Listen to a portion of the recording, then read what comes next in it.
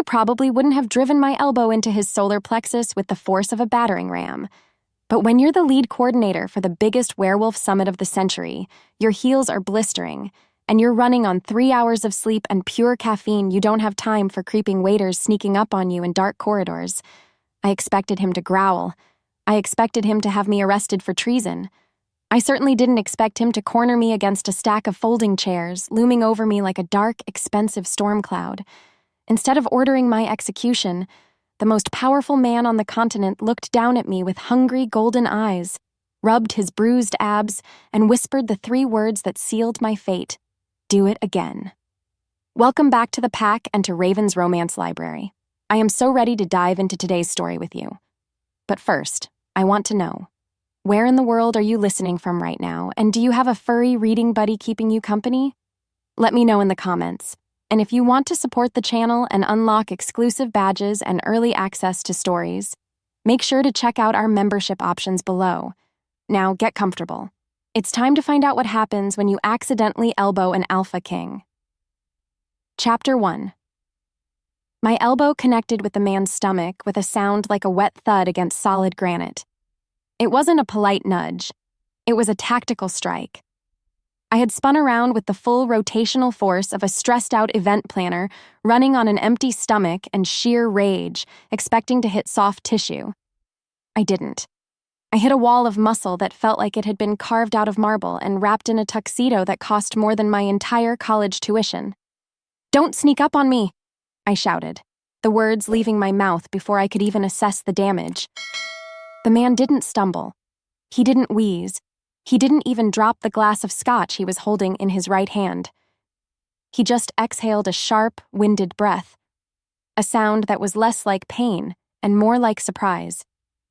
He stood there, unmoving, occupying 90% of the narrow supply corridor, blocking the only exit back to the ballroom. I clutched my clipboard to my chest like a shield, my heart hammering against my ribs. I mean it. You can't just loom behind people in staff hallways. We have liability waivers for a reason, and accidental organ rupture isn't covered under the catering insurance policy. The man looked down at me, and he was looking down.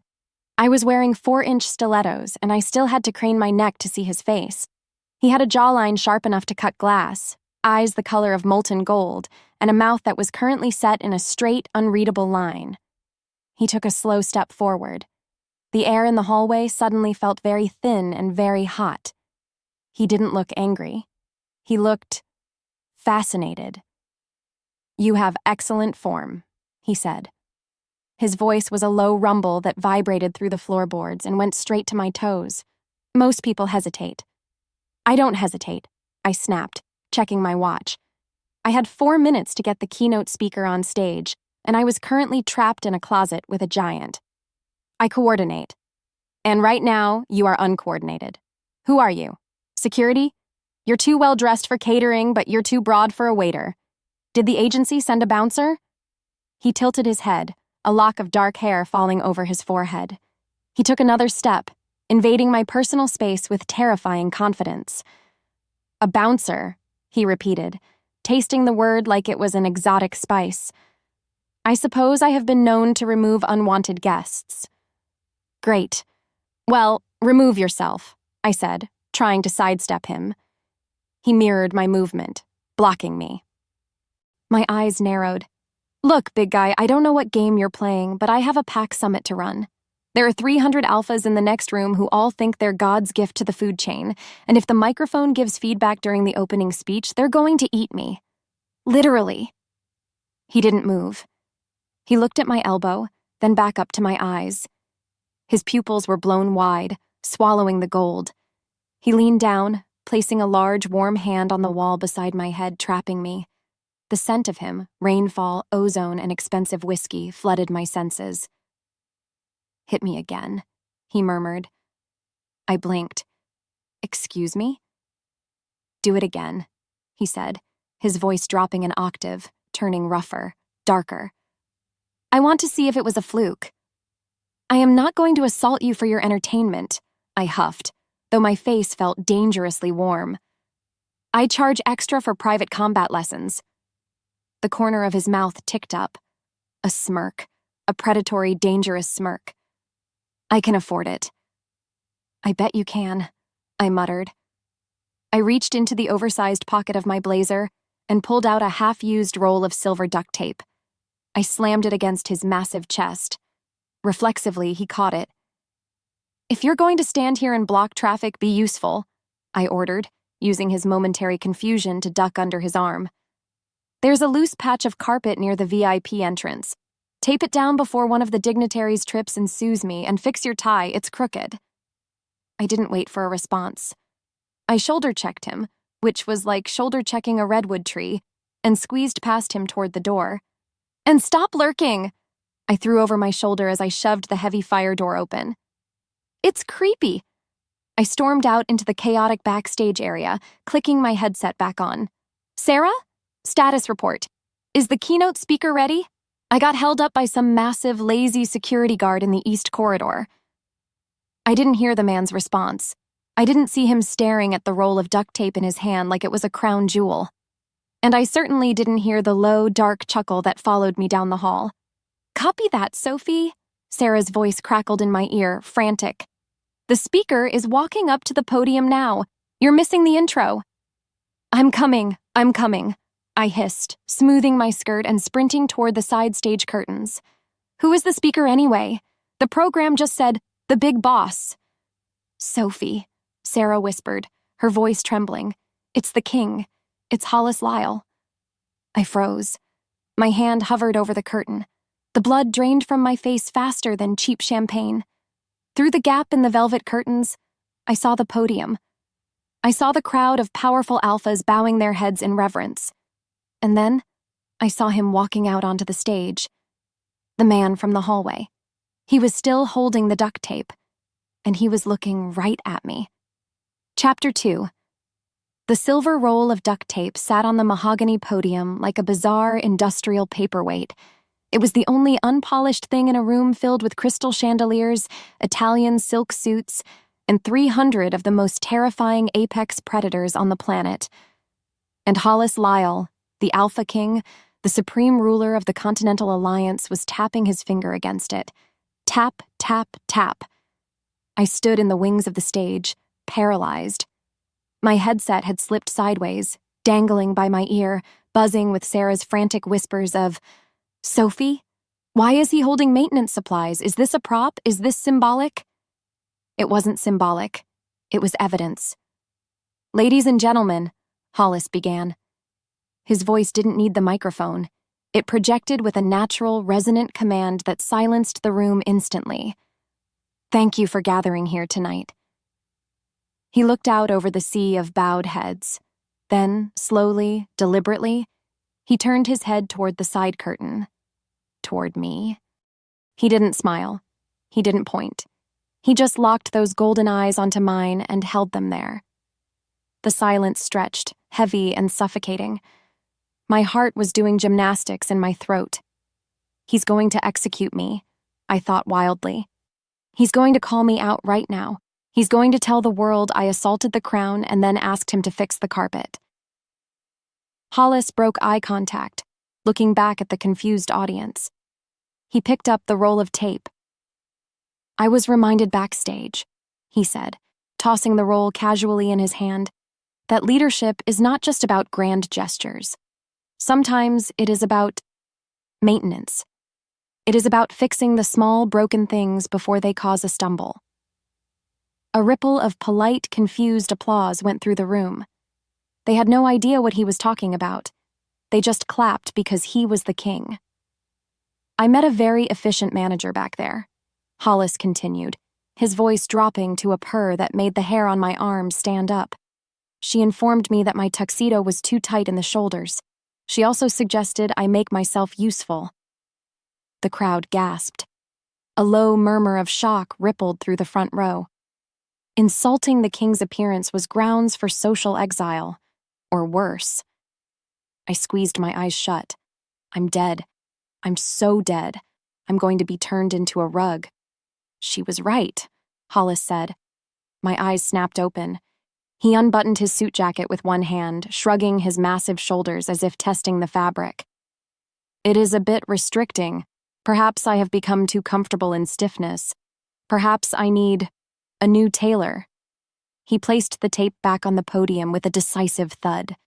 Enjoy the summit. He walked off the stage, not toward the VIP stairs, not toward his security detail. He walked straight toward the side curtain where I was hiding.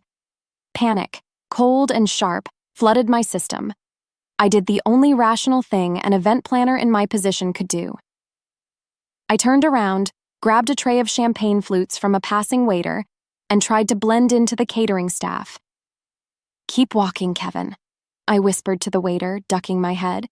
If anyone asks, I'm inspecting the bubbles. Sophie, Sarah hissed in my ear.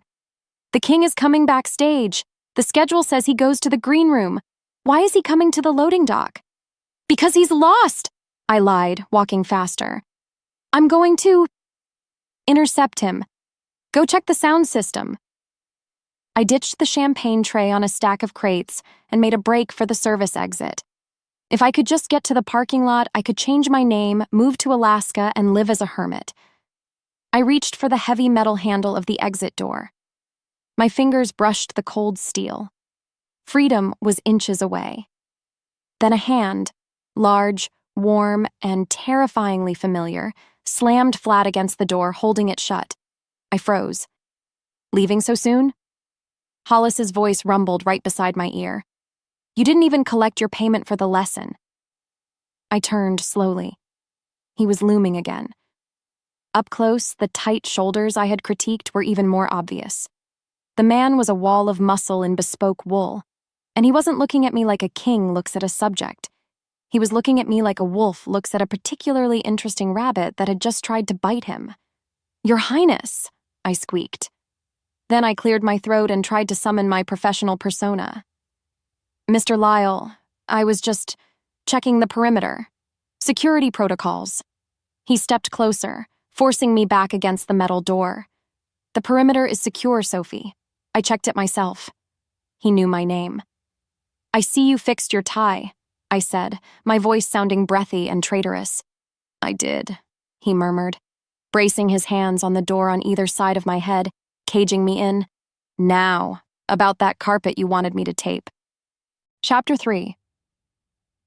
The carpet is fine, I said quickly, pressing my spine flat against the cold metal of the exit door. Being caged by Hollis Lyall was an experience that defied the laws of physics. He wasn't touching me, yet I felt surrounded, enveloped by his heat and that maddening scent of rain and authority. Is it? Hollis tilted his head, his golden eyes scanning my face with an intensity that felt like a physical caress. Because you seemed very concerned about liability waivers 5 minutes ago. You were quite bossy. I was doing my job, I deflected, clutching my clipboard like a weapon. And technically, you were loitering, in a fire lane. So, really, I should be writing you up for a safety violation. His lips twitched, the ghost of a smile. Write me up, then. I don't have a pen, I lied. I had 3 pens in my hair and 1 behind my ear. A shame, he drawled. He leaned in closer until his face was inches from mine. I could see the flecks of amber in his irises. I enjoyed your management style. It's rare that anyone tells me to make myself useful. Usually, people just tremble and offer me things I don't want. Like what? I whispered, unable to look away. Power, subservience, excuses. His gaze dropped to my mouth, then back up to my eyes. You offered me duct tape. Ideally, it fixes everything, I managed to say, my heart rate spiking so high I was surprised the fire alarm didn't go off. Sophie! Sarah's voice screamed in my headset, shattering the moment. Where are you? The West Coast Alpha is demanding vegan options immediately, and the kitchen is saying they only have venison. I flinched, the reality of my job crashing back in. I wasn't the heroine in a romance novel. I was the coordinator of a disaster waiting to happen. I have to go, I said, trying to duck under his arm. Vegan crisis, big drama. You know how it is. Hollis didn't budge. He just lowered his arm, effectively blocking my path. The vegan crisis can wait. My security team is waiting to escort you. My stomach dropped. Escort me? To where? A dungeon? Look, I said I was sorry about the elbow. Well, I didn't say it, but I implied it. Mostly. To the penthouse suite. Hollis corrected smoothly. We have business to discuss. I'm working, I insisted, finally ducking under his arm and taking a step toward the hallway. I can't just leave. I have a contract. And I own the building, Hollis said calmly to my retreating back. I ignored him and speed-walked toward the kitchen. Tactical retreat, I muttered to myself. Just blend in. Hide in the walk-in freezer. I made it exactly 10 feet before two mountains in suits stepped out from behind a curtain, blocking the hallway. They were identical, bald, and roughly the size of vending machines. Ms. Calder, the one on the left said. It wasn't a question. I'm busy, I said, trying to sidestep. Vegetarian emergency. Mr. Lyall insists, the one on the right said. His tone was polite, but his stance said, I can lift a car, don't test me. I'm really not available for meetings right now. I tried again, looking for an escape route. The only other door led to the laundry chute. Ms. Calder? Hollis's voice came from behind me. I turned. He was leaning against the wall where I had left him, arms crossed over that magnificent, bruised chest. He looked entirely too amused. You can walk to the suite, or Arthur and Martha here can carry you. I looked at the guards. Your name is Martha? I asked the one on the right. He grunted. Mark, but the boss likes to rhyme. I looked back at Hollis. He shrugged. It helps me remember. I let out a groan of frustration. Fine, I'll walk. But if the West Coast Alpha eats a waiter because there's no tofu, that is on your conscience, not mine. I can live with that, Hollis said, pushing off the wall. He gestured toward the private elevator at the end of the hall. After you. I marched past him, head held high, clicking my heels on the linoleum. I was being kidnapped by the king. The least I could do was look annoyed about it. But as I stepped into the elevator and the doors slid shut, sealing us in a box of mirrors and silence, I realized my hands were shaking. Not from fear, but from the electric tension radiating off the man standing just behind my shoulder. Do not, I warned, watching his reflection in the gold-tinted mirror. Sneak up on me in here.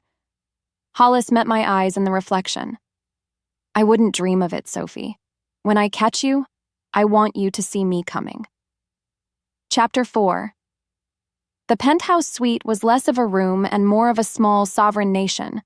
It had floor-to-ceiling windows overlooking the city skyline, a fireplace large enough to roast a whole ox, and a white grand piano that looked like it had never been played.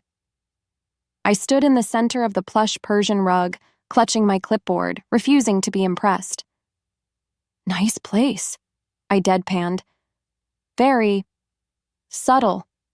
Screams, man of the people. Hollis walked past me, shedding his suit jacket. He tossed it carelessly onto a velvet armchair. The movement pulled his white dress shirt tight across his back, revealing the terrifying definition of his muscles. He undid his cufflinks, rolling up his sleeves to reveal forearms that looked like they could strangle a fear. Drink? He offered, walking to a crystal decanter on the bar. I'm on the clock, I said stiffly. And I don't drink with clients. I'm not a client, Hollis said, pouring a glass of amber liquid. He turned to face me, leaning back against the bar. I'm the victim of a workplace assault. Alleged assault, I corrected. It was self-defense. You were lurking with intent. He took a slow sip, his eyes never leaving mine. Intent to what? To supervise aggressively. He chuckled, a dark, rich sound. Sophie, you are the first person in 10 years who hasn't looked at me like I was about to rip their throat out. You elbowed me. You ordered me to fix a table. You insulted my suit. It was a constructive critique, I muttered, crossing my arms. And if you brought me here to fire me, just do it. I have a backup plan. I'll go sell artisanal jam in Vermont. I don't want to fire you, Hollis said, setting the glass down. He walked toward me, closing the distance. I want to hire you. I blinked. I'm already hired. I'm running your summit, which, by the way, is currently unsupervised. Small thinking, he dismissed. I'm talking about a personal contract. My public image is stagnant. As you pointed out, I am stiff. People fear me, but they don't connect with me. The polls show that my approval rating is high, but my relatability score is 0. You're an alpha king who lives in a sky palace, I said. You aren't relatable. You're terrifying. Exactly, he said. I need someone to humanize me. Someone who isn't afraid to tell me when my tie is crooked. Someone who will elbow me when I'm being an arrogant prick. He stopped 2 feet in front of me. I want you to coordinate my rebranding, a 1-month exclusive contract. You manage my schedule, my appearances, my wardrobe. You fix the broken things in my administration. I stared at him. You want me to be your, what, babysitter? Stylist? Handler, he corrected softy. I want you to handle me, Sophie. The double meaning hung in the air, heavy and thick. My breath hitched. No, I said, backing up a step. Absolutely not. I run an agency, Mr. Lyall. I have other clients. I can't drop everything to follow you around and tell you to smile more. I'm not a personal assistant. You're right, he agreed. You're not. That's why I'm offering to pay your agency triple its annual projected revenue for 1 month of your time. My mouth opened, then closed. Triple revenue? That would pay off my student loans, my parents' mortgage, and buy the new office space downtown. I faltered. That's ridiculous. You can't just buy people. I'm buying your expertise, he said smoothly, and your time, exclusive rights. I can't, I said, shaking my head. It's unethical. And frankly, our working styles are incompatible. I like schedules and order. You like sneaking up on people and making cryptic threats. Hollis's expression hardened slightly. He reached into his pocket and pulled out his phone. He tapped the screen once. What are you doing? I asked suspiciously. I'm just checking the current stock price of Calder Associates event planning, he said casually. It's a private LLC, isn't it? But I believe your business partner, Dave, has been looking to sell his majority share. My blood ran cold. Don't you dare. Hollis looked up, his face a mask of calm, ruthless determination. Say yes to the contract, Sophie. Or I buy Dave's shares in the next 10 minutes. I become the majority owner of your company, and then I assign you to this project as your boss. He took a step closer, his voice dropping to a whisper. Either way, you belong to me for the next 30 days. The only choice you have is whether you want to be a partner or an employee. He held out his hand. Do we have a deal? I looked at his hand. I looked at his smug, beautiful, infuriating face. I wanted to elbow him again. Harder. You are a tyrant, I hissed. I am a king, he countered. Tick-tock, Sophie. Chapter 5. I signed the contract. I didn't sign it with a flourish or a smile. I signed it with the jagged, aggressive pen strokes of a woman who was plotting psychological warfare. If Hollis Lyall wanted a handler, I was going to handle him so hard he'd be begging for his old, boring life back within 48 hours. I called it Operation Death by Bureaucracy. Excellent, Hollis said, tucking the contract into his jacket pocket as if it were a love letter. When do we start? Now, I said, checking my watch. It was 11 p.m. I'll see you at 5 a.m. sharp for our intake strategy session. Bring a pen and wear comfortable shoes. We're doing a walking audit of your entire estate grounds. I expected him to balk. I expected him to negotiate for a reasonable hour, like 9:08 a.m. Instead, he just nodded. 5 a.m. I'll send a car. No car, I corrected. I drive myself. Independence is part of my brand. 3 days later, I was the one regretting my life choices. I had scheduled 4 meetings a day. I had flooded his inbox with queries about tonal consistency in email signatures. I had forced him to sit through a 3-hour presentation on the psychological impact of serif versus sans serif fonts in diplomatic decrees. And the man was loving it. It was 6 a.m. on Thursday. We were in his office, a room that smelled of leather and power. I had spread 50 different swatches of high-end paper across his massive oak desk. "Okay," I said, pointing to 2 identical sheets of cream-colored paper with my laser pointer. Option A is eggshell cloud. Option B is whisper of vanilla. Option A says, "I am strong but approachable." Option B says, "I am wealthy but I might listen to your problems." Choose carefully. This will define your winter correspondence strategy. I looked at him, waiting for him to snap. Waiting for him to scream, "It's just paper, Sophie," and fire me. Hollis leaned forward, his elbows on the desk, his chin resting on his interlaced fingers. He looked fresh, alert, and irritatingly handsome in a casual gray sweater that hugged his biceps. "Option B," he said decisively. "The vanilla undertone suggests warmth. I need warmth." I blinked. You can actually see the difference?" "I have superior vision, Sophie. I'm a wolf," he reminded me, his eyes crinkling at the corners. "And I appreciate the attention to detail. Most people assume I don't care about the texture of my stationery. You know I do."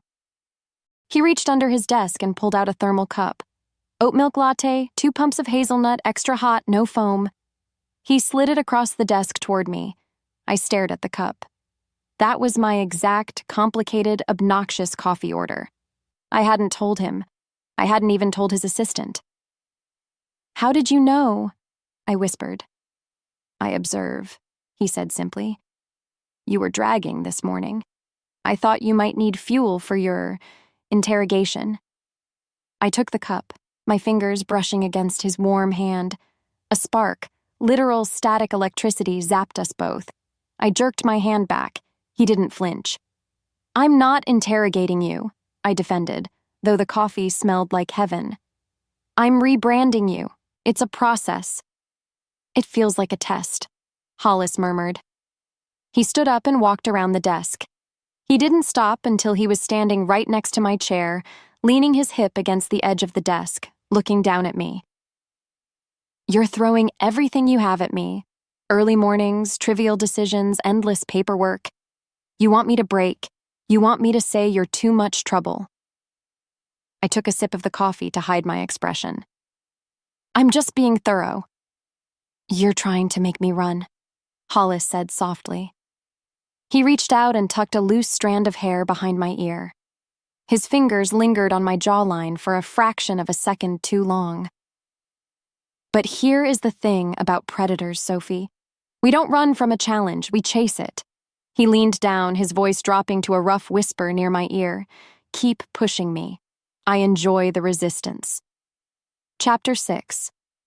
The resistance, as it turned out, did not extend to aviation physics. "Pack a bag," Hollis had texted me at noon. "Site visit. 1 hour." I assumed site visit meant a drive to a local pack territory. I did not assume it meant boarding a Gulfstream G650 with gold-plated seatbelt buckles.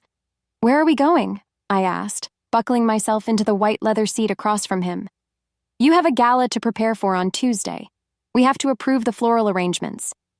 "The flowers can wait," Hollis said, not looking up from his tablet. "I need to inspect the northern sanctuary. It's part of the humanizing effort. I need to be seen caring about nature." "Fine," I grumbled, pulling out my laptop. "But I'm charging travel hours." The flight was smooth for the first hour. I managed to answer 12 emails and ignore the way Hollis's legs kept brushing against mine in the narrow aisle. Then, the sky turned black. The plane dropped. Not a little dip. A stomach-lurching, gravity-defying drop that made the champagne glasses rattle in the galley. "Oh God," I gasped, clutching the armrests so hard my knuckles turned white. "It's just a pressure pocket," Hollis said calmly. Then the plane lurched sideways, shook violently, and dropped again. My fierce professional facade crumbled instantly. I hate flying. I hate turbulence. I have a distinct, irrational fear of falling out of the sky in a metal tube. "We're going to die," I wheezed, squeezing my eyes shut. I didn't clear my browser history. My mother is going to find my stash of romance novels.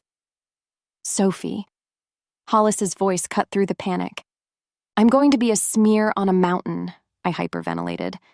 I never even got to tell Dave I hate his mustache. Suddenly, a warm, heavy weight settled over my trembling hands. I opened one eye. Hollis had unbuckled his seatbelt, which was definitely against regulations, and was kneeling in the aisle in front of me. He covered my hands with his massive ones. "Look at me," he commanded. Not a request. An alpha order. I looked. His eyes were steady, anchoring me. "I will not let this plane fall," he said, his voice calm and absolute. "You are with me. Nothing touches you when you are with me, not even gravity." It was an absurd statement. He couldn't control the weather. But looking at him, solid, immovable, and completely unafraid, my lungs remembered how to work. He didn't let go. He rubbed circles on the back of my hand with his thumb, distracting me from the shaking cabin. He started asking me mundane questions to keep my brain engaged. "Tell me about Dave's mustache," he said. It's a handlebar," I squeaked. "It's tragic." "Tragic," Hollis repeated, a small smile playing on his lips. "Go on." He stayed there, kneeling on the floor of a shaking jet, holding my hands for 45 minutes until the air smoothed out. When the pilot finally announced our descent, I was sweaty, exhausted, and confusingly attached to the feeling of his skin against mine. "We're down," Hollis whispered, finally releasing my hands. I took a shaky breath, pulling my hands back and trying to regain my dignity. "Right. Good. Efficient crisis management." Hollis stood up, buttoning his jacket. He looked out the window at the swirling white void outside. "Welcome to the sanctuary," he said. I looked out the window. "Hollis, that's a lot of snow." "It is," he agreed. The pilot's voice crackled over the intercom. "Mr. Lyall, the storm front moved faster than predicted. We're grounded. I can't take off again until this clears. Maybe 2 days." I unbuckled my seatbelt and stood up, looking at the isolated, snow-covered log mansion in the distance. 2 days? Do you have staff here? A chef? A housekeeper? Hollis looked at me, and for the first time, he looked a little sheepish. "I gave them the week off," he admitted. "I wanted quiet." I stared at him. "So it's just us? In a blizzard? In a mansion?" "It appears so," he said. "And let me guess," I said, narrowing my eyes. "There's a problem with the heating in the guest wing?" "No," Hollis said honestly. "The heating is fine. But I think the refrigerator is empty." Chapter 7. The refrigerator was not empty. It contained a bottle of champagne, a jar of olives, and a carton of eggs that expired in 2024. "You are a billionaire," I said, holding up the ancient eggs.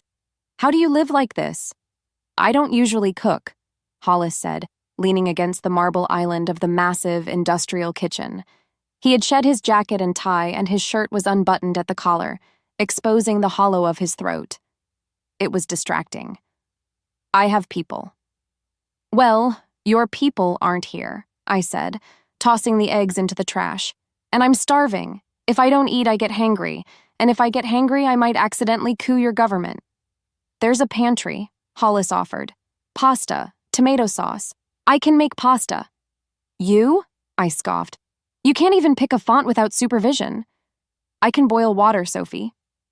He was wrong. 30 minutes later, there was flour on the floor, sauce on the counter, and Hollis was staring intently at a pot of boiling water as if he could intimidate the pasta into cooking faster. "You're crowding the noodles," I said, hip-checking him out of the way. "Move. You're useless. Go sit down." "I am the Alpha King," he grumbled, but he moved, letting me take over the stove. "I don't get bossed around in my own kitchen." "You do tonight," I said, stirring the sauce. "Chop that onion, and don't mangle it. Dice, small cubes. I watched him out of the corner of my eye. He picked up the knife. His movements were precise, lethal. He attacked the onion like it was an enemy of the state. "So," he said, the rhythmic chop, chop, chop filling the silence. "Is this part of the rebranding? Domesticity?" "No," I said, tasting the sauce. "Needs garlic. This is survival. But it's different." "Different good or different bad?" I turned to look at him. He had stopped chopping. He was watching me, his eyes dark in the dim kitchen light. The storm was howling outside, creating a cocoon of silence around us. "Just different," I said softly. "You aren't scary when you're holding a spatula." "I was never scary to you," Hollis countered. He put the knife down and walked around the island. He stopped in front of me. "That first night, in the hallway, you weren't scared. You were annoyed." "I didn't know who you were," I whispered. "And now you do," he said. He took a step closer, crowding me against the stove. The heat from the burner was behind me. The heat from him was in front. "Does it change things? Do you want to bow now?" "I don't bow," I said, tilting my chin up to meet his gaze. "Good," he murmured. I hated the bowing. I liked the elbow. "You're a masochist," I said, my voice shaky. "No." Hollis shook his head slowly. "I'm just numb. Everyone touches me with soft hands, Sophie, or they don't touch me at all. You hit me, it was real, I could feel it." He took my hand, the hand holding the wooden spoon, and pressed it against his chest, right over his heart. I could feel the heavy, steady thud of it beneath the muscle. "It's right here," he whispered. "Where you hit me, do it again." "Hollis," I warned, but I didn't pull my hand away. "Elbow me," he dared, his voice rough, dropping to that dangerous octave that made my knees weak. "Push me away, show me you don't want this." "I can't," I admitted, the truth slipping out. "Why?" "Because," I said, looking at his lips, "I don't want to push you away." Hollis let out a low growl, a sound that was pure wolf. He reached out, grabbing my waist and hoisting me up onto the marble counter, stepping between my knees. "Then don't," he said. And he leaned in. Chapter 8. The universe, I decided, had impeccable comedic timing, or perhaps it just hated me. Hollis's lips were a millimeter from mine. I could feel the heat radiating off him, smell the cedar and rain scent of his skin, and my eyes were fluttering shut, ready to make the worst, most unprofessional, most delicious mistake of my career. Click. The kitchen plunged into absolute, pitch-black darkness. The hum of the refrigerator died. The storm outside roared louder, suddenly the only sound in the massive house. "You have got to be kidding me," I whispered against his mouth. Hollis didn't pull away. In the dark, his hands tightened on my waist. "Generator," he murmured, his voice a vibration against my chin. "It should kick in, eventually." "Eventually?" I squeaked. "Hollis, I can't see my hand in front of my face, and you are technically holding me hostage on a kitchen island." "I see you perfectly," he replied, and I could hear the smirk in his voice. Wolf vision, of course. "Your pulse is racing, Sophie." "That's fear," I lied. "Pure terror. Put me down." He didn't put me down. He lifted me effortlessly, carrying me through the dark house like I was a sack of very expensive potatoes, until he deposited me on the plush rug in front of the massive fireplace in the great room. A moment later, a match struck, and the fire roared to life, casting dancing shadows across his sharp features. "We wait it out," he said, pouring 2 glasses of amber liquid from a decanter on the mantel. "The storm is too heavy for the backup lines." We sat on the rug, the fire crackling between us. The tension from the kitchen hadn't dissipated. It had just changed shape. It was softer now, heavy. "Let's play a game," I said, trying to distract myself from the way the firelight played on his cheekbones, to keep us from freezing to death. It's 70 degrees in here, Sophie, he drawled, handing me a glass. But fine. What game? 20 questions. No lies. I ask, you answer, then you ask. He took a sip, watching me over the rim of his glass. Dangerous. I accept. You first. I thought about it. I could ask about his politics, his wealth, his pack strategy. Why did you let me elbow you? I asked. Really? You could have stopped me. I was bored, he said simply.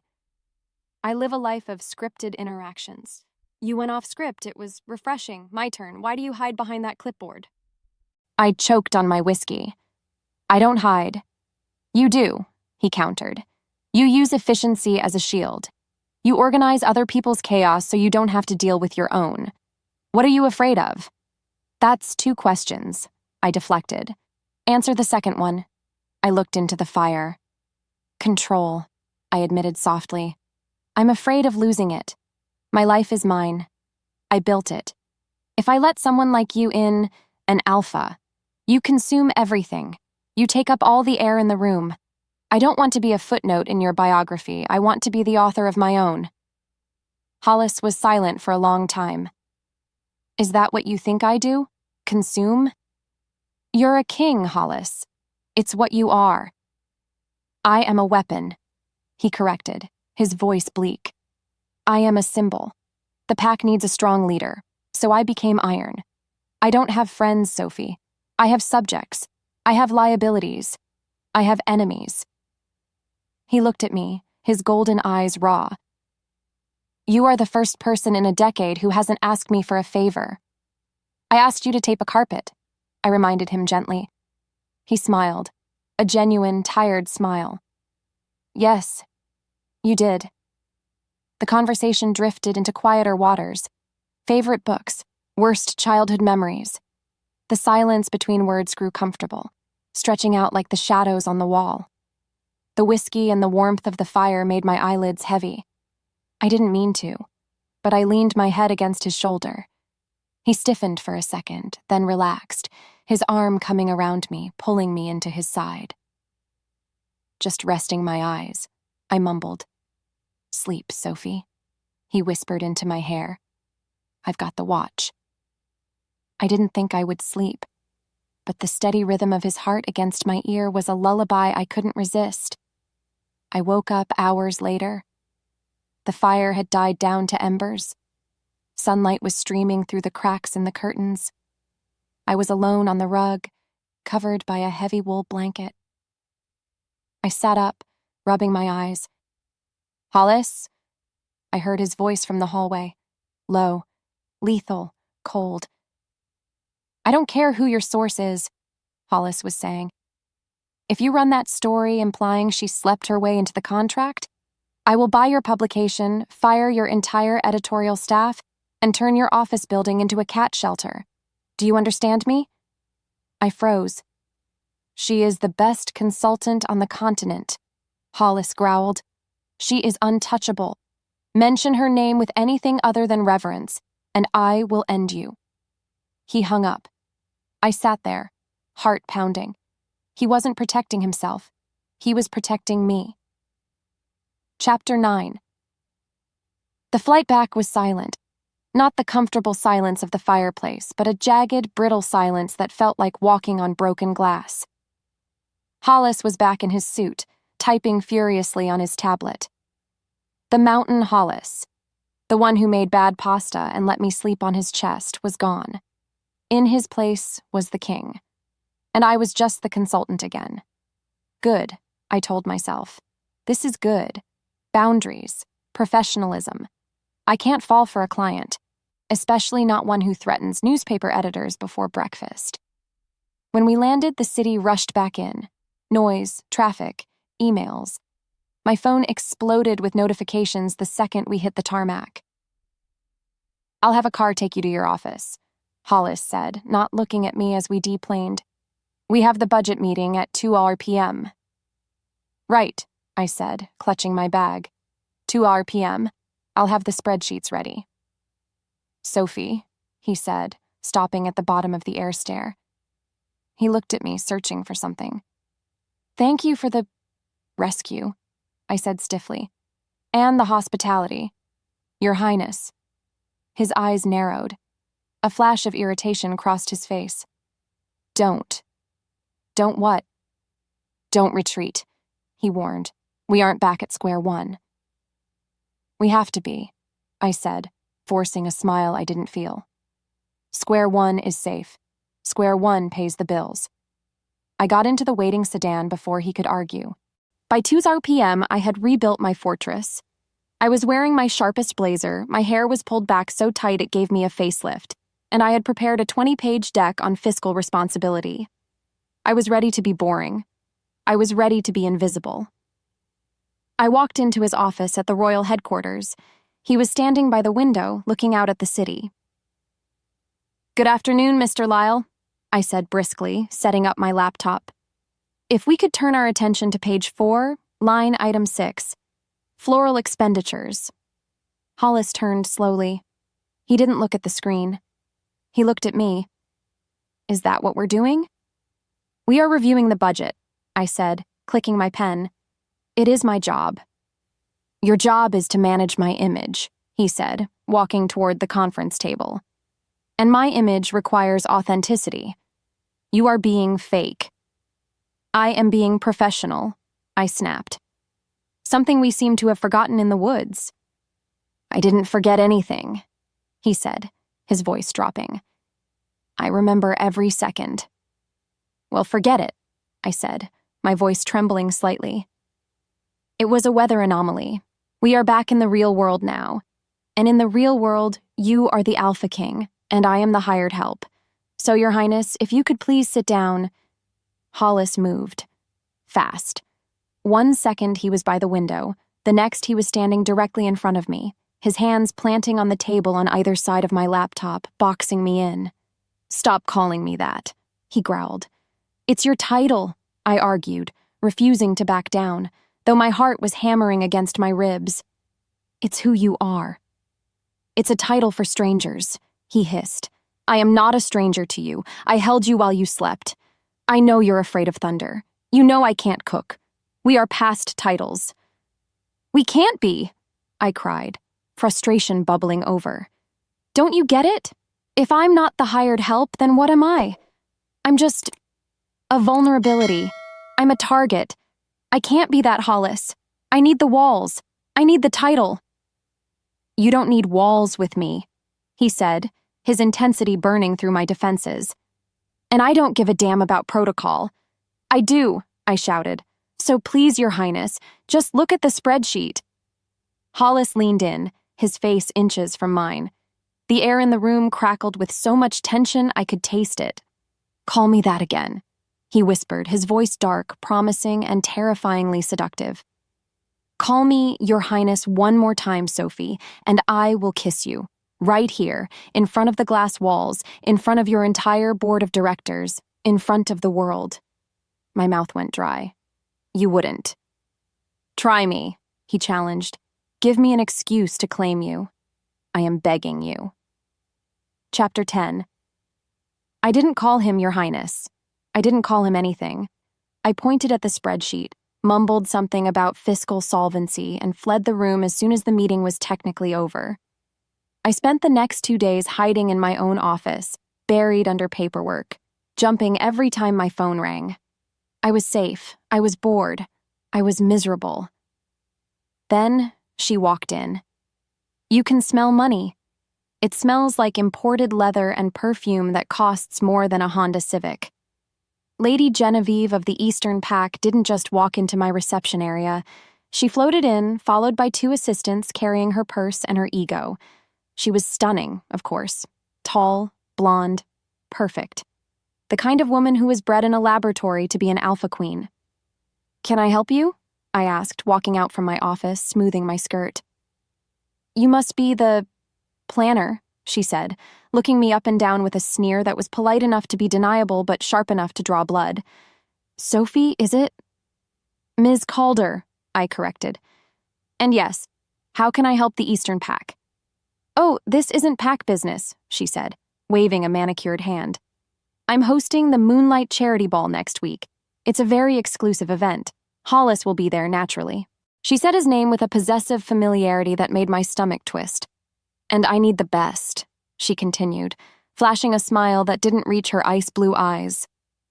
I heard you're the flavor of the month. Hollis seems amused by you.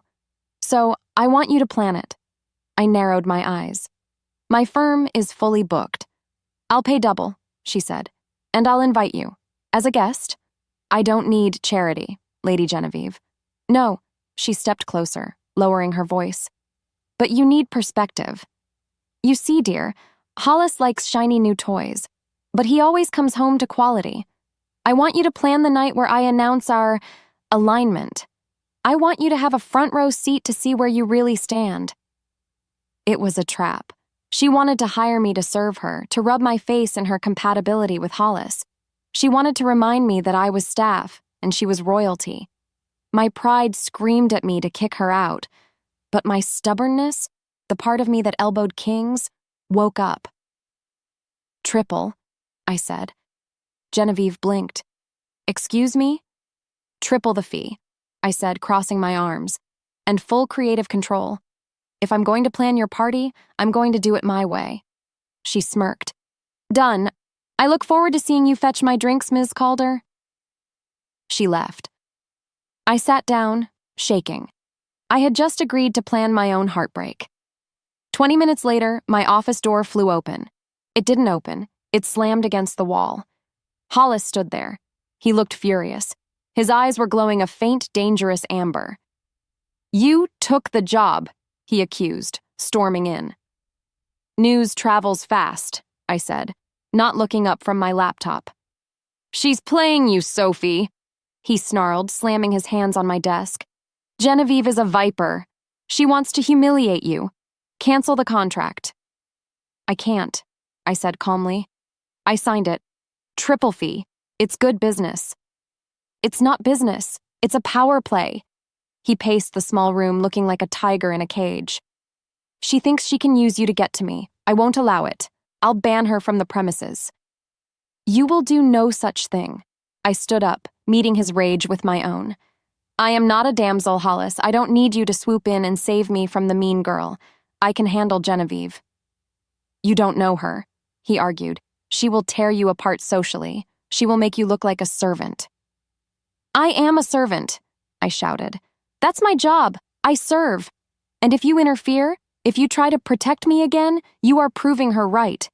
You are proving that I'm just your little pet project who can't stand on her own 2 feet. Hollis stopped pacing. He looked at me, his chest heaving. Is that what you think this is? You think I see you as a pet? I think you see me as something to fix, I said, my voice breaking. But I'm not broken, Hollis, and I fight my own battles. Fine, he spat, backing away toward the door. The hurt in his eyes was devastating, but he masked it with cold indifference. Fight her, but when she comes for your throat, don't expect me to hold her back. I wouldn't dream of it, I whispered. He slammed the door so hard the glass rattled. Chapter 11. I had a plan. The plan was simple. Invisibility.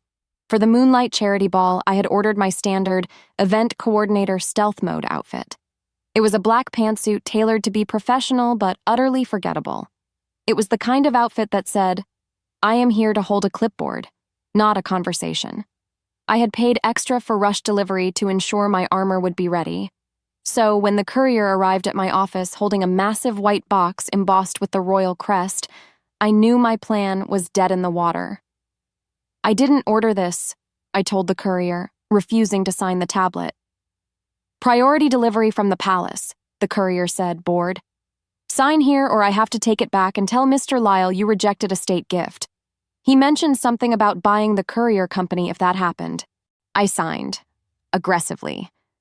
I dragged the box into my private dressing room and ripped the lid off. I expected a prank. Maybe a maid's uniform, maybe a neon sign that said, hired help.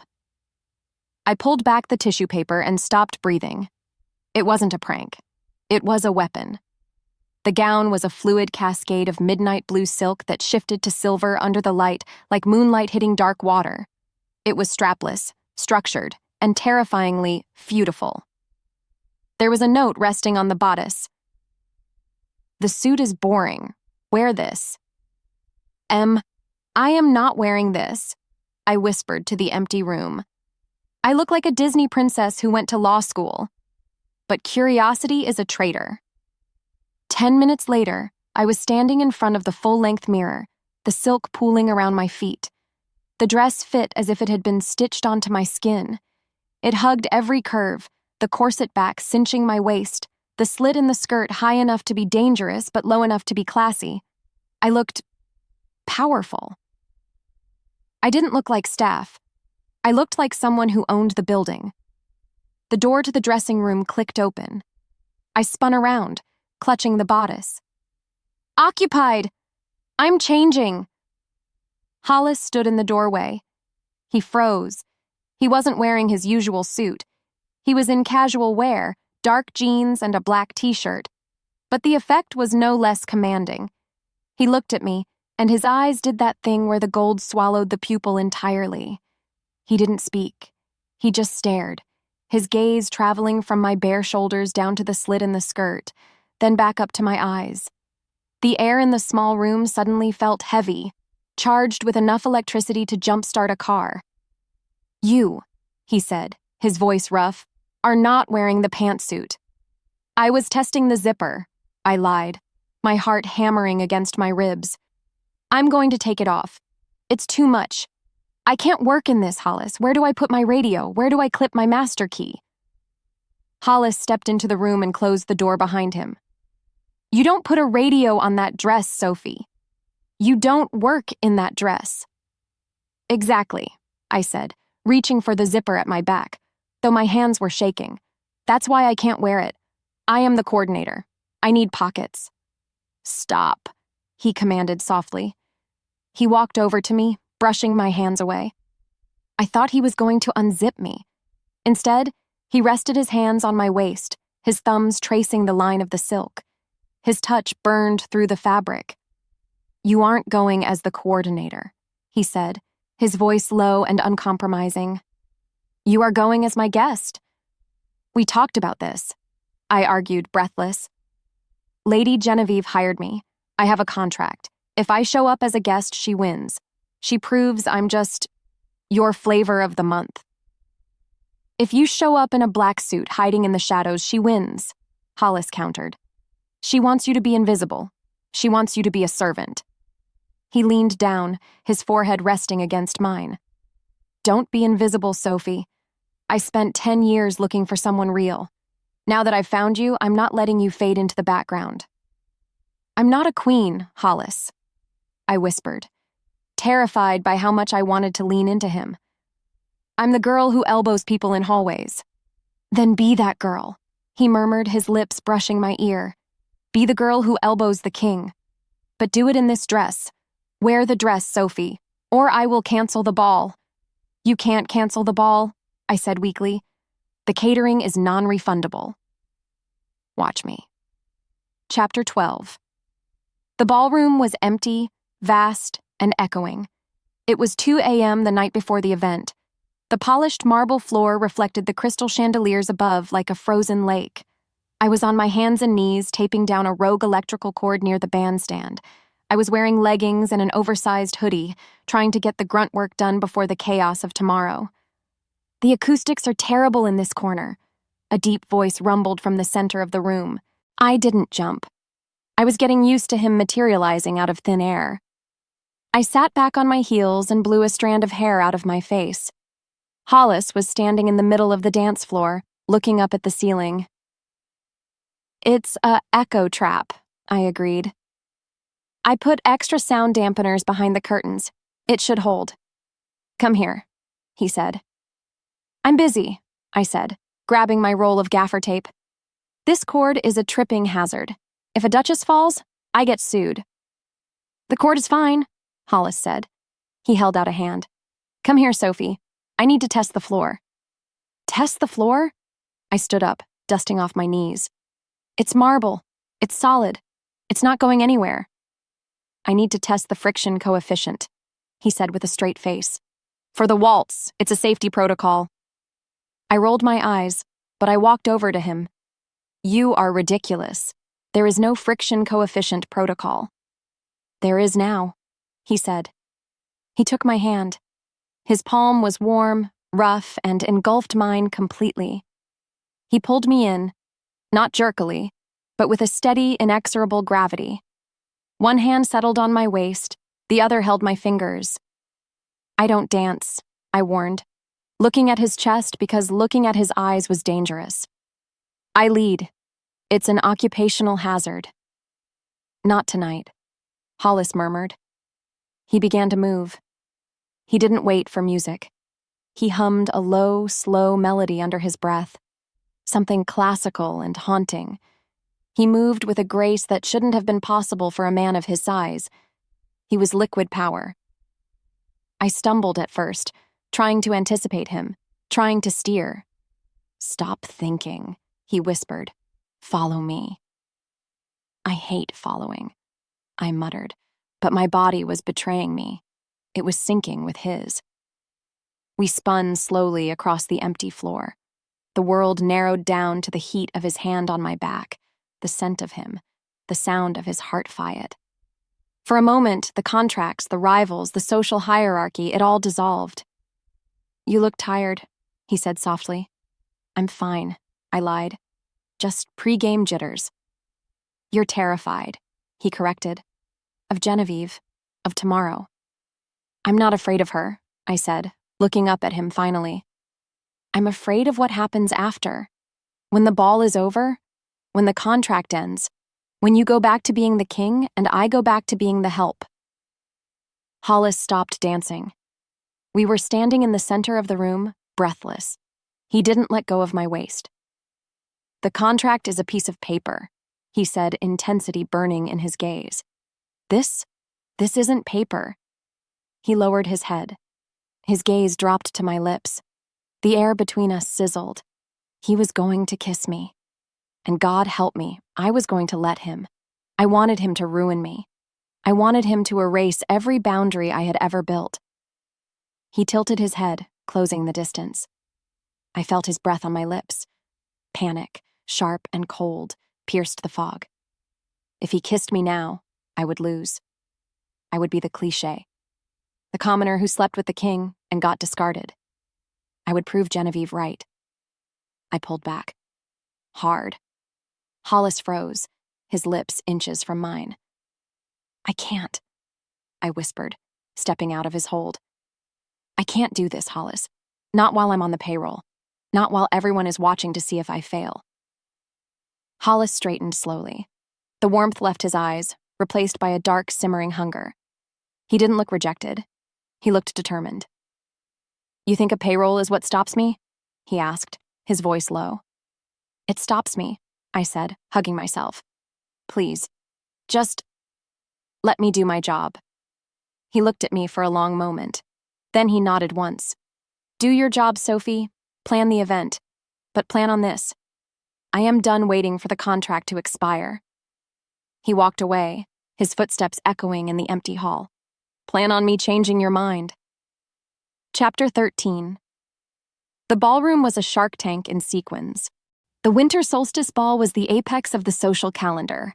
The air smelled of expensive perfume, nervous sweat, and ambition. 300 of the continent's most powerful shifters were drinking champagne and judging each other. And I was in the middle of it. I was wearing the dress. The midnight blue silk shimmered under the lights, making me feel like a warrior queen. But I had accessorized it with my armor, a headset clamped over one ear and a clipboard clutched to my chest. I wasn't drinking. I wasn't mingling. I was working. "Sector 4, clear," I murmured into the mic. "Waiters, refill the canapes near the Eastern delegation. They look hungry." I stood in the shadows near a pillar, scanning the room. My eyes kept drifting to the dais at the front. Hollis sat on the velvet throne. He looked bored, lethal, and devastatingly handsome in a tuxedo that fit perfectly. I had checked the measurements myself. He wasn't talking to the diplomats fawning over him. He was scanning the room. Every time his eyes found me, a jolt went through my spine. He would hold my gaze for a second, just long enough to make me blush, before looking away. It was a secret game. A silent tether. Then, the shark arrived. Lady Genevieve made her entrance. She was wearing red, bright, aggressive, blood red. She swept into the room like she owned it, her entourage trailing behind her. She walked straight to the dais, curtsied low to Hollis, and whispered something that made him stiffen. He didn't smile at her, but she smiled at the room as if he had just proposed. She turned and scanned the crowd. Her eyes locked on me. Her smile widened. It wasn't a friendly smile. It was the smile of a predator who had found the wounded gazelle. She walked toward me. The crowd parted. The music seemed to dim. "Sophie," she purred, stopping in front of me. She looked at my dress. Her eyes narrowed with jealousy, but she masked it quickly. "Charming. You almost look like you belong here. Almost." "Lady Genevieve," I said politely, clicking my pen. "Is everything to your satisfaction? The lighting? The temperature?" "The service is lacking," she said loudly. Heads turned. "My glass is empty." "I'll flag down a waiter for you," I said, reaching for my radio. "No," she stopped me. "You do it. Fetch me a drink, a Pinot Noir, and be quick about it." The people nearby went silent. She was treating the event coordinator, the woman wearing a royal gown, like a barmaid. It was a test. If I obeyed, I was a servant. If I refused, I was rude. I took a breath. "Of course, one Pinot Noir." I walked to the bar, my head high. I returned with the glass. "Here you go," I said, offering it to her. Genevieve took the glass. She looked at me, her eyes gleaming with malice. Then, with a flick of her wrist, she tilted the glass. Red wine splashed across the polished marble floor, missing my dress by inches but creating a massive crimson puddle between us. The sound of the glass shattering on the floor echoed through the silent room. "Oops," Genevieve said, her voice dripping with fake concern. Then she snapped her fingers. Snap, snap. "Cleaner," she barked, pointing at the floor. "Spot check, now, before I ruin my shoes." The entire ballroom went dead silent. The music stopped. Every eye was on me. She wasn't just asking me to clean, she was asking me to kneel. I felt a wave of cold fury rising in my chest. I looked up at the dais. Hollis was standing. He had risen from the throne, his hands curled into fists at his sides. His eyes were glowing a bright, furious gold. He took a step down the stairs, looking ready to rip Genevieve's head off. "Hollis!" Genevieve called out, laughing lightly. "Your help is so clumsy."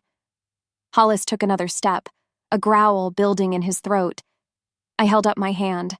"Stop." I locked eyes with him across the room. "Let me handle this." He hesitated. He looked like he was in physical pain from holding back, but he stopped. He waited. I turned back to Genevieve. I didn't look at the mess. I looked at her. "You dropped something," I said calmly.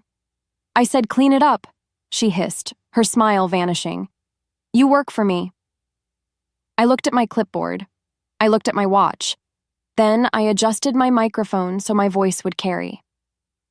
"Actually," I said, my voice ringing clear and steady through the silent hall, "I work for the king." Chapter 14. The silence in the ballroom was absolute. 300 wolves held their breath. The only sound was the drip, drip, drip of red wine soaking into the priceless Italian marble. Lady Genevieve stood there, her finger still raised in that snapping gesture, a smirk of triumphant cruelty plastered on her face. She expected me to crumble. She expected the hired help to drop to her knees and scrub, tears in her eyes, while the court laughed. She expected Hollis to sit on his throne and let it happen, because that's what kings do. They let the hierarchy crush the weak. She had made one critical miscalculation. She assumed I was weak, and she assumed I cared about her social standing more than I cared about venue contracts. "I work for the king," I repeated, my voice steady, amplified by the room's acoustics. "And more specifically, I work for the venue. And the venue has very strict policies regarding guests who cannot handle their alcohol. Genevieve's smirk faltered. Excuse me? I didn't look at her. I looked at my clipboard, flipping a page with a loud, crisp snap. I clicked my pen. Clause 14, Section B, I recited, pretending to read, though I knew the contract by heart. Any guest demonstrating erratic behavior, intentional property damage, or public intoxication will be subject to immediate removal from the premises to ensure the safety of the pack dignitaries. I looked up at her, tilting my head in mock concern. You snapped your fingers at me, Lady Genevieve. You spilled a vintage Pinot Noir. You're shouting at staff. These are classic signs of intoxication. Have you been overserved? The crowd gasped. I hadn't just refused her order. I had publicly accused a duchess of being drunk and disorderly. I am not drunk, Genevieve screeched, her face flushing a color that clashed horribly with her red dress. I am a duchess. I am the future queen. How dare you speak to me like that? Hollis, tell her!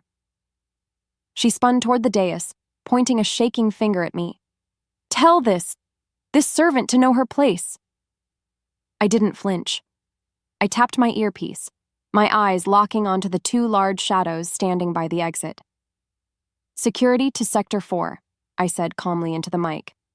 We have a code red. A guest is belligerent and damaging the venue. Potential liability hazard. Please escort her to the cooling-off area or the parking lot, whichever is closer. You can't do that, Genevieve yelled, stomping her foot, which splashed more wine onto her own hem. Do you know who my father is? I don't care who your father is, I said, my voice dropping to a cool professional tone that cut through her hysteria like a knife.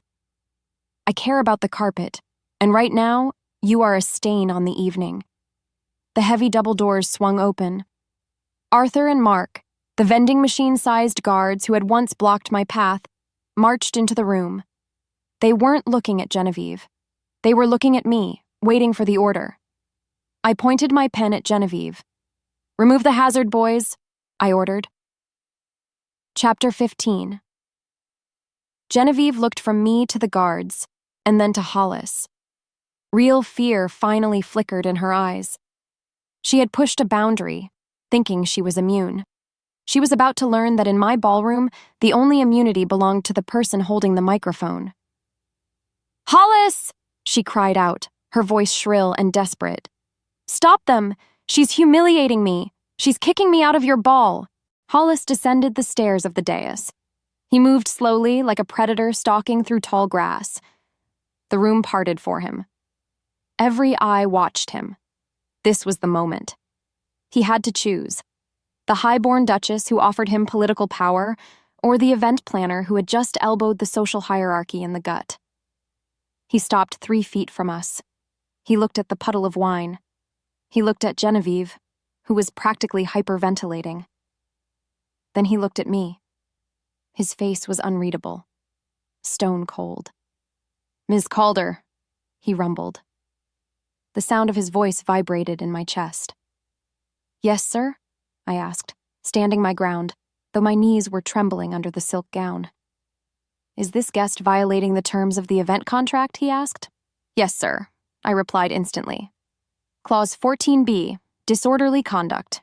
She is disrupting the flow of the evening and damaging the structural integrity of the vibe. The corner of Hollis's mouth twitched. The vibe, he repeated. It is very fragile, sir. Hollis turned to Genevieve. You heard the coordinator, he said, his voice flat and dismissive. I don't interfere with venue management. It sets a bad precedent. Genevieve's jaw dropped. You're choosing her? She's nobody. She's staff. She is the only person in this room I respect, Hollis said, his voice hardening into a growl that sent shivers of terror through the crowd. And she gave you an order, leave, before I decide that escorting you is too polite and I throw you out myself. Genevieve went pale. She looked at Arthur and Mark, who stepped forward, crossing their massive arms. This isn't over, she hissed at me, gathering her skirts. You'll regret this. Watch your step on the way out, I said sweetly. Ideally, Don't slip on the mess you made." Arthur and Mark each took one of her elbows. It wasn't gentle. They practically lifted her off the floor as they marched her toward the exit. The doors slammed shut behind her, sealing her screams outside. The silence that followed was deafening. I looked around the room. 300 shocked faces stared back at me. I cleared my throat, adjusted my headset, and looked at the band. "Well," I said into the mic, my voice echoing. "That's handled. Band, do you know anything in 4/4 time? Something loud? We have a vibe to repair." The band leader, looking terrified, immediately launched into a jazz number. The tension broke. The chatter exploded. I let out a breath I had been holding for 10 minutes. My hands were shaking. I looked down at my clipboard to hide it. "Spill managed, sir," I whispered to Hollis, not looking up. "I'll get a mop." "Leave the mop," Hollis said softly. Chapter 16. Hollis stepped into my personal space. He didn't care about the wine on the floor. He didn't care about the whispers. He was a gravitational pull I couldn't resist. "Look at me," he commanded. I looked up. His eyes were blazing, not with anger, with triumph, with pride, with something so hot and raw it made my breath hitch. "You ejected a duchess," he said, a tone of wonder in his voice. "You cited a contract clause and threw out the most powerful woman in the Eastern Pack." "She was rude," I defended weakly, "and she stained the floor." "You are terrifying," Hollis murmured, stepping closer. "You are magnificent." He reached out and took the clipboard from my hand. I tried to hold on to it. It was my shield, my security blanket. But he pulled it away gently and tossed it onto a nearby table. It landed with a clatter. "Hollis, I'm working," I protested, my heart rate skyrocketing. "Not anymore," he said. He reached up. His large, warm hands cupped my face. His thumbs brushed over my cheekbones. Then, very deliberately, he reached for my ear and unclipped the headset. He pulled it off, letting it dangle from his hand before dropping it to the floor. "The shift is over, Sophie," he said, his voice rough with emotion. "You are done serving." "But the contract," I whispered, searching his eyes. "The month isn't up." "To hell with the contract," Hollis growled. "I'm not renewing it. I don't want an employee. I don't want a handler." He leaned down, his forehead resting against mine. The entire room had gone silent again, watching. "I want the woman who elbows me in hallways," he breathed. "I want the woman who isn't afraid of me. I want you." "Hollis," I warned, my voice trembling. "People are watching." "Let them watch," he said. "Let them see." He didn't give me a chance to argue. He didn't give me a chance to run. He crashed his lips onto mine. It wasn't a polite society kiss. It was a claim. It was possessive, hungry, and overwhelming. He kissed me like he had been starving for 10 years and I was the only sustenance in the world. His arms wrapped around my waist, lifting me off the ground, crushing the silk of my dress against his tuxedo. I froze for a split second, and then I melted. I wrapped my arms around his neck, tangling my fingers in his hair, kissing him back with every ounce of frustration and desire I had been bottling up since that first day in the closet. The room erupted, cameras flashed, gasps echoed. But I didn't hear them. I only heard the roar of blood in my ears and the low, possessive growl vibrating in Hollis's chest. He pulled back, just an inch, breathless. His lips were swollen, his eyes wild. "Mine," he whispered, loud enough for the front row to hear. "Yours," I admitted, breathless. He grinned, a feral, beautiful grin. "Good. Now, let's get out of here. I have a jet waiting, and I believe we have some unfinished business regarding the friction coefficient of my bedroom floor." He grabbed my hand and pulled me toward the exit, leaving the clipboard, the headset, and the stunned court behind us. We ran out of the ballroom like teenagers skipping class, laughing, the flashbulbs blinding us, heading straight into the night. But as we burst through the doors into the cool night air, Hollis stopped dead. His grip on my hand tightened painfully. "What is it?" I asked, looking up at him, still dizzy from the kiss. He wasn't looking at me. He was looking at the line of black SUVs blocking the driveway. Men in tactical gear were stepping out. They weren't his security. "Get behind me," Hollis ordered, his voice shifting from lover to killer in a nanosecond. Now. Chapter 17. I flinched, burying my face in Hollis's tuxedo jacket, expecting a fight. I expected tasers. I expected a kidnapping attempt by a rival faction. "Ms. Calder!"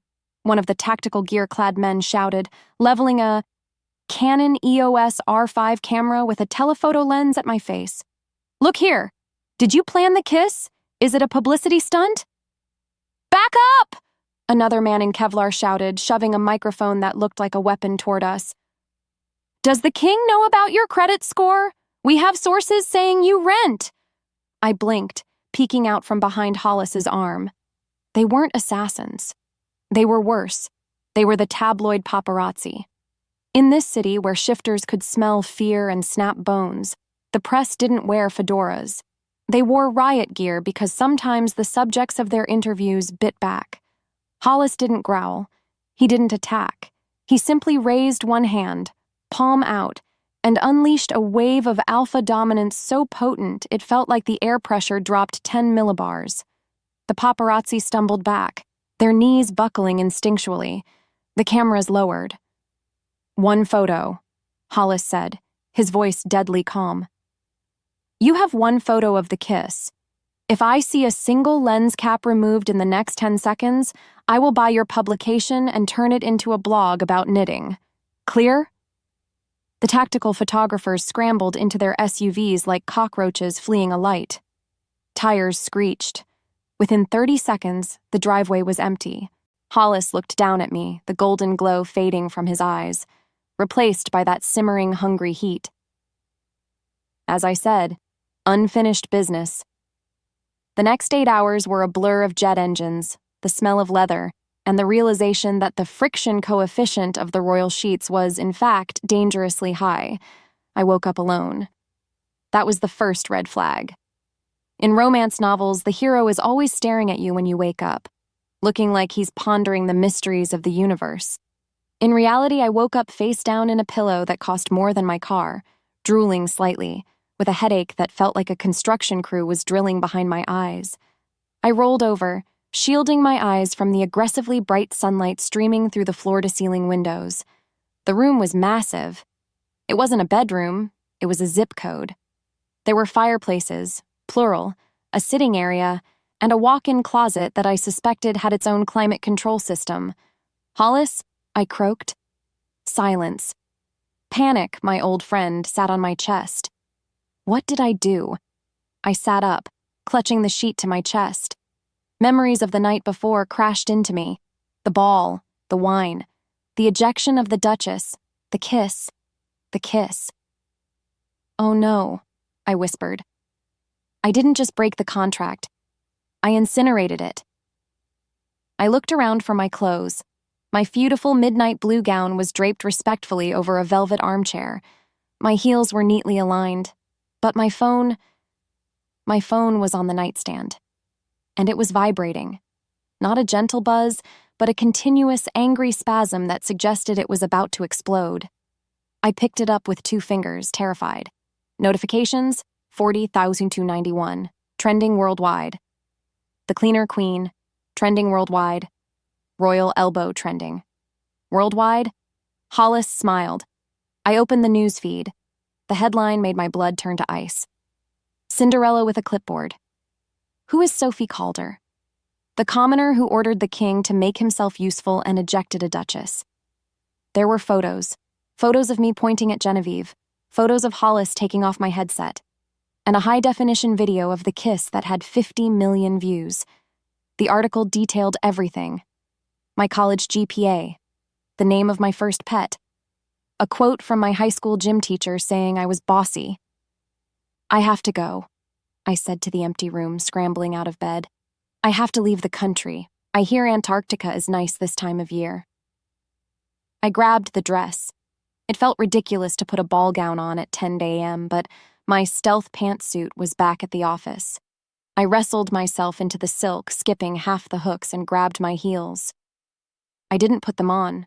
I couldn't risk the clicking noise. I carried them. I was going to do the walk of shame barefoot, in a palace.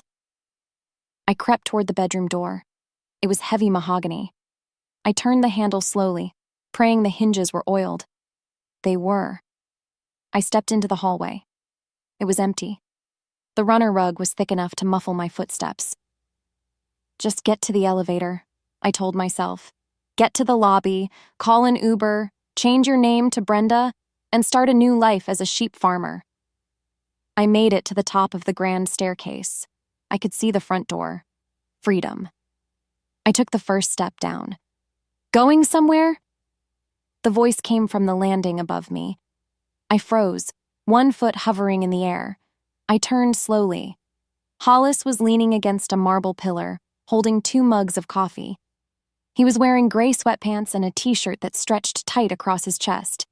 His hair was messy, his feet were bare, and he looked domestic and smug.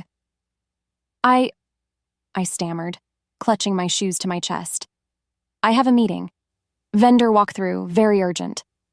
On a Sunday? Hollis asked, raising an eyebrow. Barefoot. It's a yoga retreat venue, I lied. Shoe-free zone. He walked down the stairs toward me. He moved silently, a predator in his natural habitat. He stopped 1 step above me, so we were eye level. You're running, he stated. I am retreating to a tactical position, I corrected, backing up until my heels hit the banister. Look at the news, Hollis. I'm trending. They found my gym teacher. They know I got a C in chemistry. My life is over. Your life has just started, he said, taking a sip of his coffee. He extended the other mug toward me. Hazelnut. Extra hot. No foam. I looked at the coffee. I looked at the door. I can't be this, Hollis. I can't be the commoner queen. I'm an event planner. I stay behind the scenes. Not anymore, he said, placing the mug into my hand. His fingers brushed mine, and that familiar spark zap-wired through my nervous system. You stepped into the light last night, Sophie. You can't step back. Watch me, I said, trying to step around him. He moved to block me. He didn't touch me, but his presence was a wall I couldn't pass. You aren't running because of the news, he said softly. You're running because you woke up in my bed and for the first time in your life you weren't in control. I like control, I snapped. Control is safe. This, you, the paparazzi in riot gear? This is chaos. Then let it be chaos, he said, stepping closer, crowding me against the railing. We'll manage it. You manage everything else. Manage me. I can't manage you, I cried. You're the king. And you are the only person who has ever told me to shut up and make myself useful, he countered. His gaze dropped to my mouth. I have a new contract for you. I stiffened. I'm not signing anything. Good, he said, reaching into his pocket. He didn't pull out a paper. He pulled out a small, black velvet box. My heart stopped. Hollis, no. It's not a ring, he said, seeing my panic. He flipped the box open. It wasn't a ring. It was a pin. A small silver lapel pin in the shape of the royal crest, a wolf's head. But instead of the usual ruby eye, the wolf had a tiny diamond tear. Or a drop of sweat. Is that... I squinted. It's a drop of sweat, Hollis said solemnly, because you make me work for it. I stared at him. Then a bubble of laughter, hysterical, terrified, genuine laughter erupted from my chest. You made a custom pin? I had it commissioned after the duct tape incident, he admitted, a boyish grin breaking through his stoic mask. Sophie, I don't want to hire you. I don't want to own you. He took the pin out of the box and pinned it carefully to the strap of my gown. I want to partner with you, he said, his voice turning serious. Equal stakes. Equal risk. If you run now, you leave me alone at the top. And it is very cold up here. He looked at me, his golden eyes stripped of all their armor. He looked vulnerable. He looked like the man who couldn't cook pasta. "Don't sneak out on me, Sophie," he whispered. I looked at the front door, then I looked at the man offering me coffee and chaos. "I charge double for weekends," I whispered. Hollis grinned, the expression lighting up the entire foyer. "Done." He leaned in to kiss me, but a loud, booming knock hammered against the heavy front doors. It wasn't a polite knock. It was the sound of a battering ram. "Police!" a voice boomed from outside. "Open up! We have a warrant for the arrest of Sophie Calder!" I froze. Hollis pulled back, his eyes turning instantly black. "What?" "I might have..." I cringed. "Technically, assaulted the Duchess's ego? Is that a crime?" "Open the door!" the voice shouted again. Hollis looked at the door, then at me. He didn't look worried. He looked thrilled. "Go upstairs," he ordered, rolling up the sleeves of his t-shirt. "I'll handle this." "No," I said, grabbing his arm. I took a sip of the coffee. It was perfect. "You're the king. You don't answer the door." I kicked off my heels, letting them clatter down the stairs. I marched past him, toward the door. "Sophie?" he called out, sounding alarmed. I grabbed the handle of the massive door and threw it open. Standing on the porch were 6 officers, the chief of police, and, standing behind them with a smug, bruised look, Lady Genevieve. "Can I help you?" I asked, leaning against the doorframe, wearing a wrinkled ball gown and holding a mug of coffee. "Or are you just here to deliver my dry cleaning?" Chapter 18. Dry cleaning? The chief of police blinked, clearly unprepared for a suspect who treated a felony arrest like a concierge service. He looked past me at the massive foyer, then back at my wrinkled ball gown.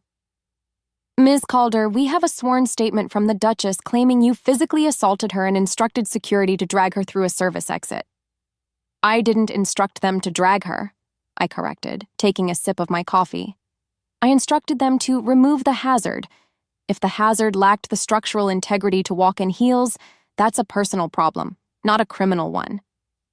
Genevieve stepped forward, her face a mask of vindictive triumph. "See? She admits it. Arrest her. I want her in handcuffs, and I want pictures." The chief sighed, reaching for his belt. "Ms. Calder, please step out onto the porch." "She stays inside," a voice rumbled from behind me. Hollis didn't walk to the door. He occupied the space. He stepped up beside me, radiating a calm, terrifying authority that made the morning air feel heavy. He was still barefoot, still holding his coffee, but he looked at the chief of police like a wolf looking at a chew toy. "Your Highness," the chief stammered, bowing his head. We didn't know you were present." "Clearly," Hollis said, "since you are attempting to arrest my chief of operations for enforcing venue policy." Genevieve gasped. "Chief of operations? She's a party planner." "She is the acting authority of the royal estate," Hollis lied smoothly, his voice hard as granite. "And under the sanctuary laws of this territory, the authority has the legal right to eject any individual deemed a threat to the peace. You were drunk, Genevieve. You were disorderly. Ms. Calder showed remarkable restraint by not having you thrown into the moat." "There is no moat," Genevieve shrieked. "I'm having one built," Hollis replied deadpan. He turned his golden gaze to the chief. "Now, unless you intend to arrest my authority for doing her job, I suggest you remove your vehicle from my driveway. It's leaking oil on the pavers." The chief holstered his cuffs immediately, looking pale. "My apologies, Your Highness. Misunderstanding. Entirely." "Wait!" Genevieve grabbed the chief's arm. "You can't just leave. She humiliated me." Hollis took a step forward. He didn't yell. He didn't growl. He just lowered his voice to a whisper that carried more weight than a scream. "Genevieve, you came to my home with armed officers to arrest my mate." The word hung in the air. Mate. He hadn't said it publicly before. Not really. "If you ever step foot on my land again," Hollis continued, his eyes glowing faintly, "I won't call the police. I will call the cleaners." Genevieve went white. She looked at me, then at Hollis. Without a word, she turned and marched toward her car, her heels clicking angrily on the asphalt. The police scrambled to follow. Within 30 seconds, the driveway was empty again. I leaned against the doorframe, letting out a long breath. "You lied to the police," I noted. "I'm not your chief of operations." "You are if you sign the new contract," Hollis said, closing the heavy door and locking out the world. He turned to me, the playfulness back in his eyes. "So? Did I handle that correctly? Or was I too stiff?" I looked at him. This powerful, impossible man who had just rewritten the law to save me from a nuisance lawsuit. "You were adequate. A solid B+. Hollis laughed, pulling me into his arms. "I'll work on it." 6 months later. The annual summit of the Northern Pax was historically the most boring event on the calendar. It was usually 4 hours of speeches about territory borders and import taxes on venison. But this year, attendance was at an all-time high. Everyone wanted to see the king and his consultant. I stood by the buffet, adjusting the floral arrangement. I wasn't wearing a ball gown tonight. I was wearing a sharp, tailored tuxedo that matched Hollis's, with the silver wolf pin gleaming on my lapel. "The salmon is running low on tray 4, I murmured into my headset. "And tell the West Coast delegation to stop shifting in the hallway. The fur sheds on the carpet." "Copy that, boss," Arthur's voice came back. I felt a presence behind me, a warm, solid wall of heat. "You're micromanaging," Hollis's voice whispered in my ear. "I'm managing," I corrected, leaning back against him for a split second before straightening up. "Someone has to. You've been talking to that French diplomat for 20 minutes, and he's boring you to death. I can see your eye twitching." "He is boring," Hollis admitted, sliding his hand onto my lower back. "Save me. Create a distraction. Elbow someone." "I am a respectable business partner now," I teased. "I don't assault people, unless they spill wine." Suddenly, the French diplomat in question, a pompous alpha named Pierre, swaggered over to us. He ignored me entirely, focusing only on Hollis. "Your Highness?" Pierre boomed. "I was just saying, it is a shame you have allowed your court to become so informal. Letting staff wear tuxedos? It sends a confusing message." He gestured dismissively at me. The room went quiet. Old habits die hard. The court loved a show. Hollis stiffened. I felt the growl building in his chest. He was about to cause an international incident. I stepped in. "Ambassador Pierre," I said, smiling sharply. "It's funny you mention confusion, because I noticed your delegation filed their expense reports under entertainment rather than travel. A confusing message indeed. I'd hate for the audit to delay your visa renewal." Pierre's face went slack. I'm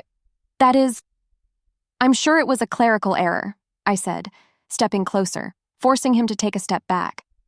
"But I suggest you go fix it. Now, before I decide your visa is misfiled." Pierre paled, bowed hastily to Hollis, and fled toward the exit. I turned back to Hollis. He was looking at me with that familiar dark hunger that made my knees weak. "That," he whispered, "was incredibly hot." "I was just doing paperwork," I said, checking my watch. "Shift is over in 10 minutes. "End it early," Hollis growled, stepping into my space, ignoring the 300 people watching us. "Let's go home. I need you to yell at me about the budget." I smiled, unable to help it. "You're impossible." "I'm yours," he corrected. I looked at him, my king, my headache, my partner. I lifted my arm and, with practiced precision, drove my elbow gently into his ribs. "Move it, big guy," I ordered. "You're blocking the exit." Hollis didn't flinch. He just grinned, catching my hand and pressing a kiss to my knuckles. "Do it again," he whispered. And as we walked out of the ballroom, hand in hand, leaving the chaos behind us, I did. Quick favor, don't go anywhere yet. If you thought Hollis Lyall was obsessive, wait until you meet this next alpha. The heroine is hiding a 20-pound cat under her coat during a job interview, and the Alpha King hears two heart fights and assumes the absolute wrong thing. It is pure chaos. Click the video on your screen right now. No Pets Allowed starts immediately.